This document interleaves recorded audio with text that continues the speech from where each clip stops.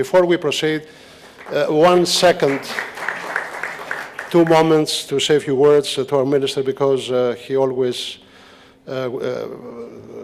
honors with his presence our fora, either in London or in Delphi or wherever we go. And I think we are somehow privileged to be joined by a Greek political leader whose career, I think, reflects a rather rare combination of strategic clarity, institutional experience, and rare commitment to democratic values. Minister Dendyias has played a central role in strengthening Greece's defense posture, modernizing its armed forces, and deepened cooperation with key allies and partners. Beyond titles and offices, what distinguishes Minister Dendyias is his consistent focus on the broader scope of defense and diplomacy, safeguarding sovereignty, promoting stability, and pursuing that security serves peace. So, Minister, we thank you deeply for coming, and I would like to give the floor to Andy Zamenidis to continue these proceedings. Andy, please join me. Thank you. I am Andy Zamenidis, Executive Director of the Hellenic American Leadership Council. Thank you for joining us for this fascinating conversation hosted by the Foundation for Defense of Democracies. Today's discussion will discuss Athens' position at the crossroads of energy and security in the Eastern Mediterranean and beyond. I think the difference now from years past is we're looking at a greater Eastern Mediterranean that goes maybe as far north to Ukraine, as far south as the Red Sea, as far east as India. At the recent trilateral summit in Jerusalem, leaders from Greece, Cyprus, and Israel advanced a shared vision of regional stability, prosperity, and cooperation. These nations, alongside the United States, are deepening coordination through mechanisms such as the Partnership for Transatlantic Energy Cooperation, the 3+1 Framework, and the Achilles Shield Program.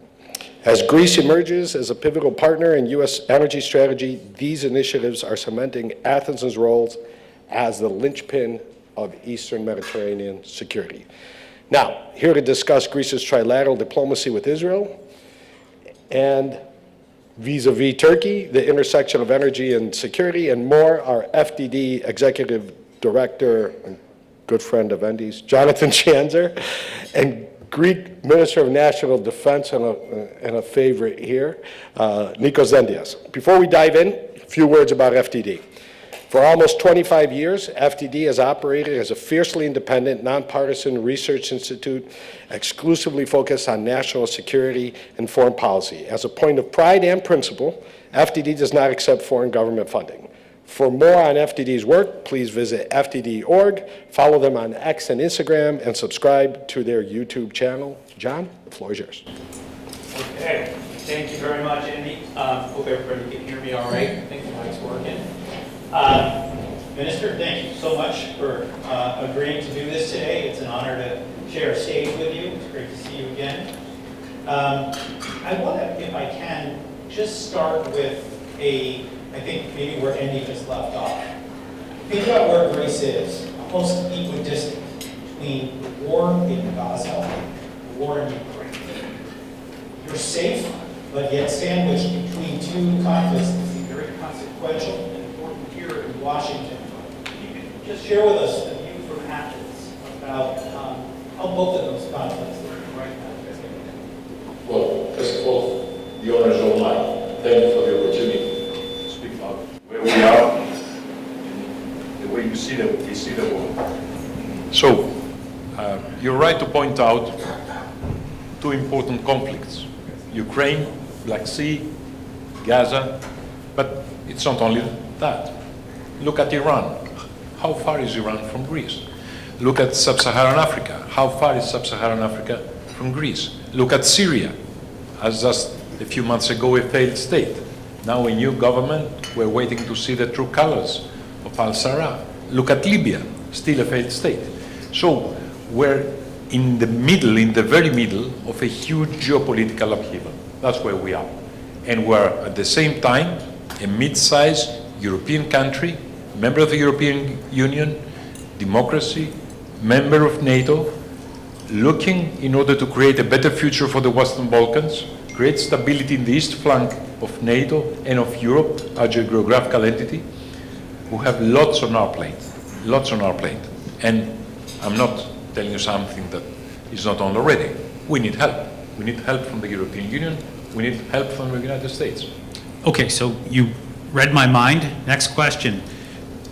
You're meeting with U.S. officials. You're here in our capital. What are your needs? What sorts of capabilities, platforms, assistance do you need from the United States, or has Greece prioritized in its discussions with the United States? Well, I was in the Congress in the morning. I'm meeting the Secretary in the afternoon. Our immediate need is not asking for particular platforms or particular systems or for money. What I prioritize as number one is to have a clear understanding of where we are. Because if that's there, all the rest will follow. But we have to share a common view on the challenges of our region. If that is not there, then all the rest will be a problem. Will be a negotiation, will be a discussion, will be whatever. But if we agree where we want, for example, the world around Greece, in the Southeast Europe to be, or Middle East, or Northern Africa, or the Black Sea, if we agree with the United States where we want that part of the world to be in 10 years' time, then the rest will follow. Okay. I think that is a more than fair approach. I think one key question that will automatically come up with this administration is, how much are you spending, percent of GDP, on defense, and are you satisfied as defense minister with the investment that you're making in Greece's defense? For us, the discussion then with the United States on that is easy because we have spent north of 3.4%. Sometimes we are 3.7%. And please take into account that Greece is a country that exited a huge crisis, a very big 10-year crisis in which we lost almost 30% of our GDP, which is equivalent to a war, a big catastrophic war, and yet we still stand. And I think we have one of the best armies, one of the best armed forces within the European Union, taking our size into account, and much better than countries that have 3, 4, 5 times our GDP. So we had never had a problem with the United States on that level. Also, what we're trying to do now, and I think that will sound interesting to the United States, is we're doing a total reform. We call it Agenda 2030. Because let us be frank, in the past, armed forces used to be a number of systems supported by capable and well-trained personnel. It is not like that anymore. Now, armed forces of the 21st century are an information machine. They have to be able to absorb data, understand data, and then try to answer to the challenges according to the data they have processed. And the personnel has to be qualified to deal with that kind of thing.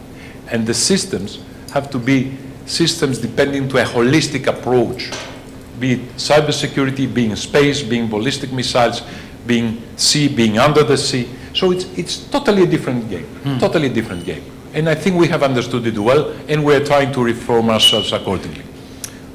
So, arguably the one country in your immediate neighborhood that has done the best job of integrating all of this data and all these systems, and in fact using AI on the battlefield, the Israelis. I know that there's been a lot happening between Greece and Israel over the last, well before the last 2.5 years, but it's obviously become more intense, the engagement between Athens and Jerusalem. If you could talk a little bit about the relationship and how it's evolved. I know it hasn't always been easy, but it has looked to be very productive and actually maybe more of a partnership now than ever. Am I wrong? No, you're not wrong at all. You're right. And my counterpart, Minister Gatz, was in Athens just like 10 days ago, and we had a very thorough discussion, and we also agreed on next steps between ourselves and Israel. I think Israel is a partner for Greece now that could show us how it addressed challenges of the 21st century, and we will be glad to copy, because when you are clever, you don't reinvent the wheel. You just find a will and you create a will that serves your needs. But also, we have quite a similar understanding with many challenges in the region, with Israel. So it's both political and factual in the sense that we do things together. Well, I think maybe let's just talk about the elephant in the room then. When we talk about... Is there one? I think there's one. It's a big one, I think, right now for both Israel and Greece. Right? I'm talking, of course, about Turkey. This is a country, you and I were speaking about it right before our event started today, that Turkey has had a remarkable surge in the region. Right? We see it in Syria, we see it in Gaza, making inroads reportedly in Lebanon, the Horn of Africa, and beyond. And I think that if there is in fact a war between the United States and Iran, I'm going to expect that Iran loses power and Turkey probably gains. This is not in the interest of Greece, and it is not in the interest of Israel. So I guess if you could describe the common vision of what you'd like to see and maybe what you would not like to see as a result of Turkey's increased, they call it neo-Ottoman expansionism. I'll let you describe it as you will. Well, first of all, I'm going totally to agree with you that Turkey has been Turkey, I call it, as President Erdogan who wants his country to be called Turkey. Turkey, he thinks it's diminishing the country because of the relevance to the bird. So I would totally agree with you that Turkey has been extremely successful in the last few years. You mentioned a number of Turkish successes. I will add Libya to it. There's a military presence in Western Libya now, and I believe that Turkey is also creating an understanding with Eastern Libya. And also Turkey is present in Africa, especially in sub-Saharan Africa. When I was foreign minister, I was flying around Africa, there was clearly Turkish presence around. Twice I found President Erdogan on the ground. So Turkey has been extremely successful. Also has been extremely successful in the Southern Caucasus. Now, the question, not read me wrong, I'm not in any way anti-Turk. And I don't believe even Israel is anti-Turk at all. Please remember that a few years ago, 20 years ago, 25 years ago, Israel and Turkey were the best of friends and close allies. Israel was closer to Turkey than it was to Greece. It was never an enemy to Greece, but it was not as close to Greece as... So what has changed? Let's take it from the Israeli view, not the Greek view. Because from the Greek view, somebody may say I'm biased. Let's take it from the Israeli view. Now, who is advocating for Hamas? Really advocating for Hamas? Who has never expressed any regret for what happened the 7th of October in Israel? Who hosts the Muslim Brotherhood? And I'm always saying, when I'm in European capitals, and now I'm in Washington, the capital of the United States, I propose a test, which I think is very, very easy to perform. We do have artificial intelligence. Great. So let's ask the Americans to produce a photo of the future in 10 days, in 10 years' time, or 20 years' time.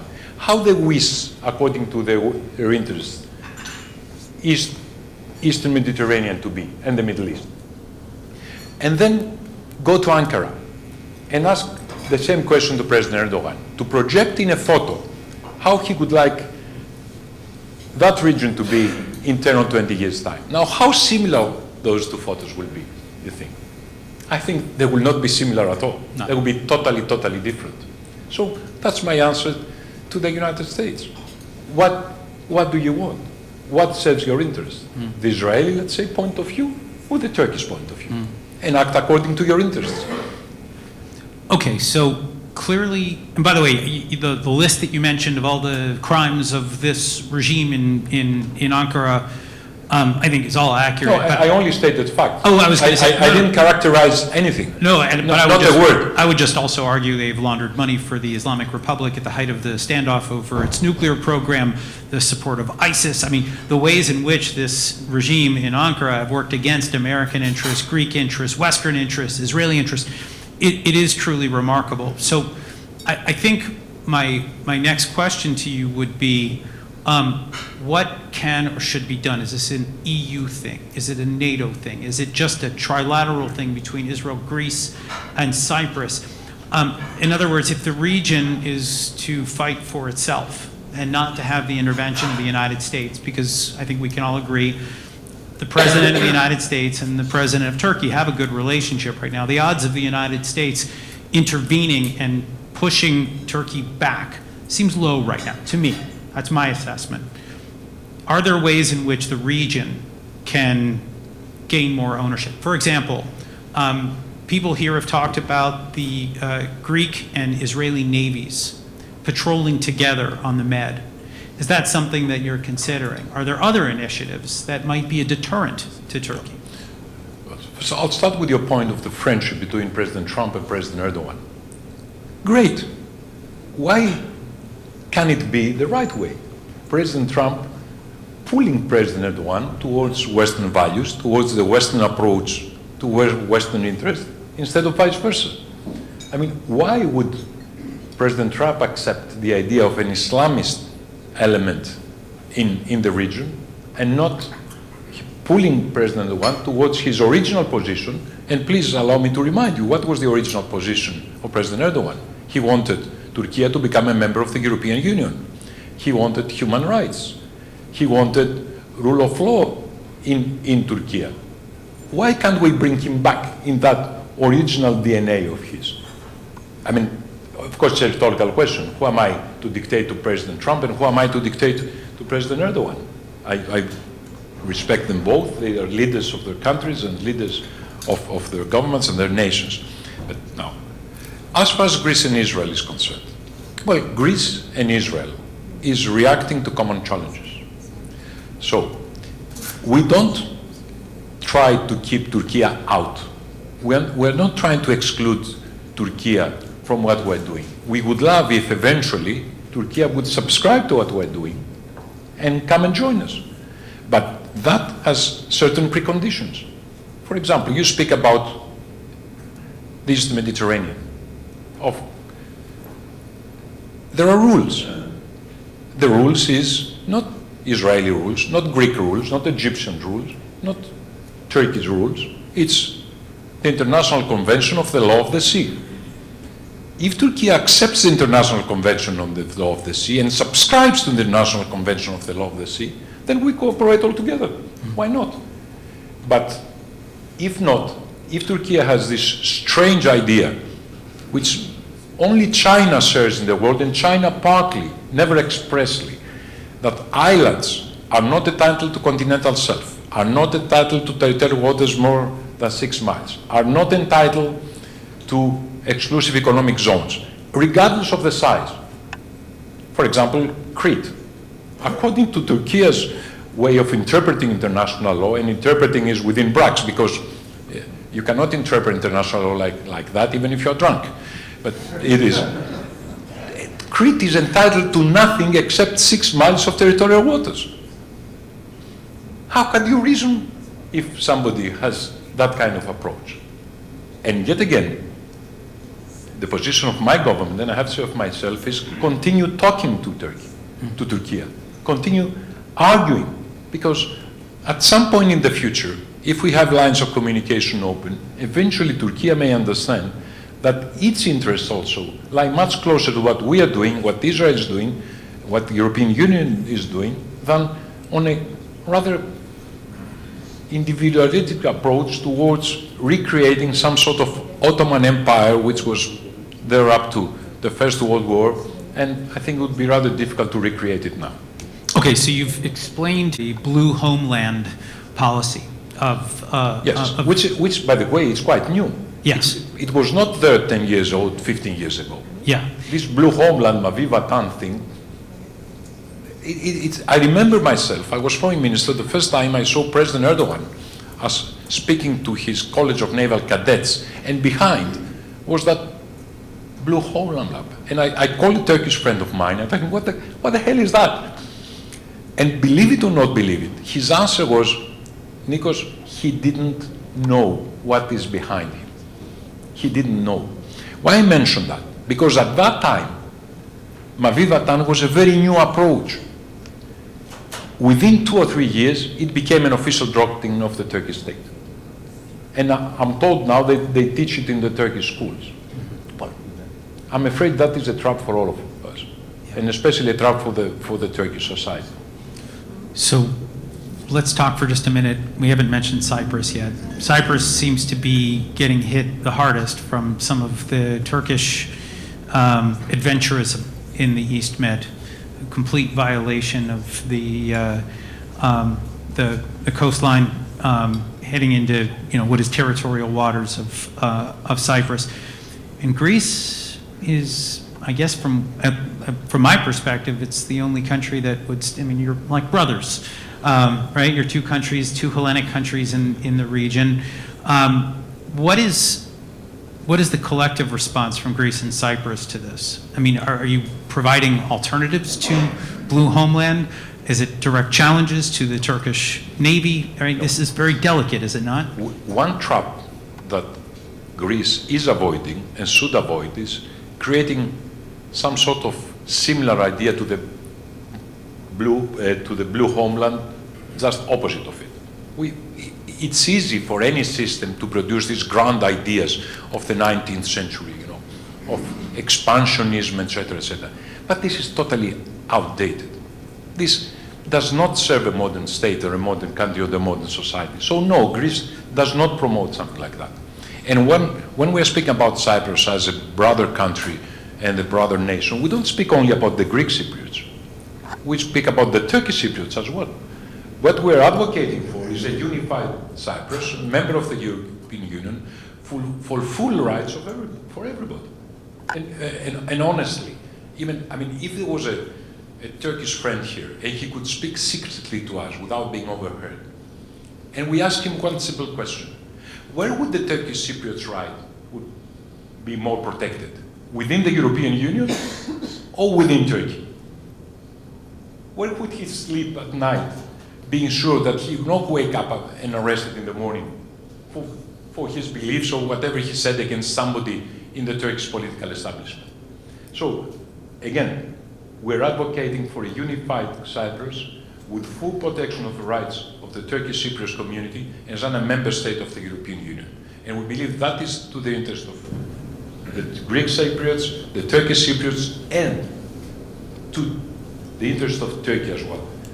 I believe that Turkey's interest is totally different, to my humble opinion. Who am I to say? Not towards a distant past, but towards a bright future as a democratic, affluent, important, big country and a very close friend to Greece, eventually at some time. I like your optimism, but I also have to note that you have a backup plan, right? We have all heard about Iron Dome, we heard about Golden Dome. You have Achilles' shield. Yes, we do. So that's obviously there for a reason. That's in case your vision for the region begins to crumble. Being an optimist, Yes. doesn't mean I'm a fool. I can see what's all around. My government, my prime minister, the Greek parliament, all the Greek parties appreciate the challenges. So we have to prepare for the worst and hope for the best. Now, Achilles' shield, it's a much more holistic approach than anything else existing right now. It's much more holistic than Iron Dome or the Golden Dome, because it includes everything, every kind of challenge, coming from the space or cybersecurity, or the sea, or under the sea, or the air, or ballistic missiles, or cruise missiles, whatever. And we're working with Israel on this, and we're asking Israel for help and assistance, but not as it used to happen in the past, by purchasing platforms or weapon systems. We're not going to do that. We're going to produce at least 50% of those systems in Greece, and also get the know-how, and have this extremely efficient and extremely successful Israeli innovation ecosystem to work with our ecosystem, because we need a jump start. On that, we have been a little late. I think it's a terrific idea, and obviously the Israelis have had incredible innovation in air defense and in in other areas of defense as well. So I'm glad to see this. Production, local production, you're going to have a defense industrial base that is entirely Greek? It will be Greek up to 50%. Up to 50%. But knowledge also of know-how, knowledge of the code of the systems. So So you could influence development of those systems in the future. And I think Israel can gain from that as well. And you were very right to point out how Israel has been very successful on the air, on the anti-missile defense, air defenses. But also, please remember, the sea is there as well. Yeah. And we could teach Israel a few things, and it would be helpful for them and for us as well. I think so as well, and I do get a sense that there's an appetite for it, which is why I was raising this issue of perhaps joint patrols and maybe learning from one another, but also projecting defense together. I want to ask you about NATO, and maybe also a little bit about the EU. Some of these multilateral structures that Greece has always enjoyed being part of, they're under strain right now. They feel like they're under strain. Can you just give us a sense from being inside the tent, some of the dynamics that are at play? Well, there was always, let's speak about our family, the European Union, because myself, I think most Greeks, we are committed Europeans. We believe to the European experiment. And we're very proud of the European experiment. I think it's a unique achievement in the history of mankind. I'm repeating myself by saying it's a part of the world where is democracy, human rights, women's rights, rule of law, possibility of everybody to express freely what he or she believes. I think this for the humankind is an achievement. But we have delegated the defense of this achievement to the United States. And now everybody knows that. Very affluent, very successful countries like the Federal Republic, Germany, didn't have any serious armed forces to speak of. Explainable because of historical reasons. But I think it's quite naive to believe that you can be successful, you can be affluent, you can be rich, and you can have no defenses. That is not this world. This would have been called paradise. Yeah. So we have to work again and work within Europe. And now Europe feels strangely, because of the new United States position, which says clearly to Europeans, if you don't spend enough on your own defense, don't rely on us. And even Article 5 of NATO, which was sacrosanct up to now, it's sometimes under question. Yeah. Although I have to say, many American officials that speak to me tell me, no, Article 5 of NATO is there to stay. But in some European capitals, there is doubt. Let me give an example, the Baltic capitals. Europe has to be able to create a defense autonomous possibility. That would be the answer. It will take years, probably it will take decades. It cannot happen tomorrow. We will still have to rely on the United States for many things, especially on logistics, on transport planes, on enablers. We cannot build that capacity from one day to another, and announcing huge amount of money does not resolve the problem. You have to enhance your production basis. You have to create new lines of production. That does not happen in 1 year and does not happen in 5 years. It has to be a long-term process, but Europe has to do that and has to be able to defend itself. And of course, deal with the United States on an equal basis. We still want United States presence in Europe, military presence in Europe, hard power presence in Europe. But also we have to be able to defend ourselves. Yeah, and I mean, I think it's interesting because, of course, the U.S. is asking for this. It was asking for this before the invasion of Ukraine. Now it's even more urgent after this idea that the Europeans need to handle their own neighborhood, while the United States pivots to its great power competition, as we call it in this city, with China. And there, I just wanted to ask you about where Greece sits. I think we see it with a lot of countries, not just in Europe, but around the world. They have been relying on China for cheap goods. They've been relying on China for a range of products and services. And there's also an exposure to China in terms of infiltration, acquisition of intellectual property. These are all things that 10 years ago we weren't really talking about. Now, I know it is the dominant conversation with the United States and every one of its partners. So I'm wondering if you could just share with us for just a minute about how this is impacting you, the great power competition between China and the United States. How is that impacting Greece? Well, I'll give you an example, which I have repeated once or twice. You know that Costco Pacific, which is based in Hong Kong, but it's a Chinese state company, has an important print in the port of Piraeus. And the port of Piraeus is the biggest port of Greece and is on its way to become the biggest port in the Mediterranean and one of the biggest ports in Europe. Maybe in 10 years' time, the biggest port in Europe as well. And now, when I travel in capitals, especially in Washington, I'm being asked, why did you let the Chinese have such a precious part of your infrastructure? And the answer is very funny. We didn't let it happen. We were obliged to do it. And let's move back during the crisis. You know, during the crisis, Greece was obliged to sell state assets in order to balance our books, which I understand. Now, one of the state assets we were obliged to sell was the port of Piraeus. So at the time, we flagged the issue. We asked all Europeans, the European Union especially, because the Troika was the one obliging us to sell the asset, that they should present at least a European company to take over the port. And then we flagged the same issue to the United States. So they would bring an American company to take over. And nobody was willing to take the geopolitical risk. So the Chinese appear out of nowhere and they take over the port.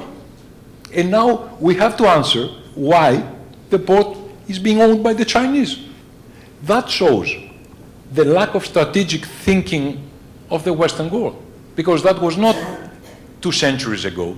That was 2010, 2011, 2012, 2013, 2014. So 10, 15 years ago. So if you cannot foresee that China would be, let me use a very mild word, China will be a competitor of yours in 50 years' time. If our system cannot see 20 years ahead, I'm sorry, but then probably we're doomed. So we need strategic thinking. That's what we need, and sometimes that's what we lack. To ask you my last question, so that means everybody in the audience, please prepare for your questions so you can ask the minister. My question is about strategic thinking. You have been thinking about the future of your neighborhood, of Greece's security, regional security. When you look 5 years into the future, 10 years into the future, what do you see right now? I mean, what are the things that you are thinking about to prepare Greece and to prepare the West for the challenges ahead? Well, as far as Greece is concerned, I think that the agenda, especially the Greek armed forces, because if I will start talking about the Greek economy, it will take time. But if we're speaking about our defense agenda and protecting the country from external challenges, I would say Achilles' shield and the Agenda 2030 has all components that could enable Greece to address whatever challenges the future may present. But what I would like to see there is a European defense element, Europe to be able to project power, Europe to have the capacity to understand challenges not just coming from Russia and the north, but challenges coming from the south. The Sahel right now, I'm repeating myself constantly, trying to wake up my European friends. The Sahel is right now a paradise for Islamist radicalism and terrorism, and we don't do anything about it. Autocracies upon autocracies and dictatorships are being created in Sahel, and we're just watching without acting at all. And the other thing we have to do is bring India closer to us. India is the biggest country in the world population-wise, 1.5 billion people, 4 times the population of the European Union. It will be the 3rd economic power of the world in a few years. And they're a democracy. So we have to create a common understanding with India. And by the way, I'm flying to Delhi immediately after Washington. Okay, safe travels. By the way, I think it was a very good outcome between Trump and Modi, and maybe starts to pave the way for some of what you're talking about here. I was actually very heartened by that. But you know, I'll say something which is funny. You know who was the person that facilitated my first visit and contact with India? It was Ambassador Payat, who is sitting right here. Because at that time, that was the main strategic thinking, and rightly so, of the United States. Let's bring India towards the European Union and towards the Mediterranean. So, seeing suddenly this turning itself to a problem between the United States and India, for me, doesn't make sense. India should be made an ally of the United States. Yeah. And I think the non-aligned nature of India has made that challenging, but we've actually seen India take part in, for example, the fostering of the Abraham Accords, and I know that's something that you were also very invested in. They played a role, and I think they will continue to play a more quiet role. We want to draw them out, and that I think... They are quiet by culture, but yet again, for example, we had common exercises with them, the Indian Navy with the Greek Navy. Indian frigates were present in the Red Sea, not involved in cooperation Aspides, in Operation Aspides, but cooperating with Aspides. So India is quiet, but India could be a very important actor. We'll see you again soon. Thank you.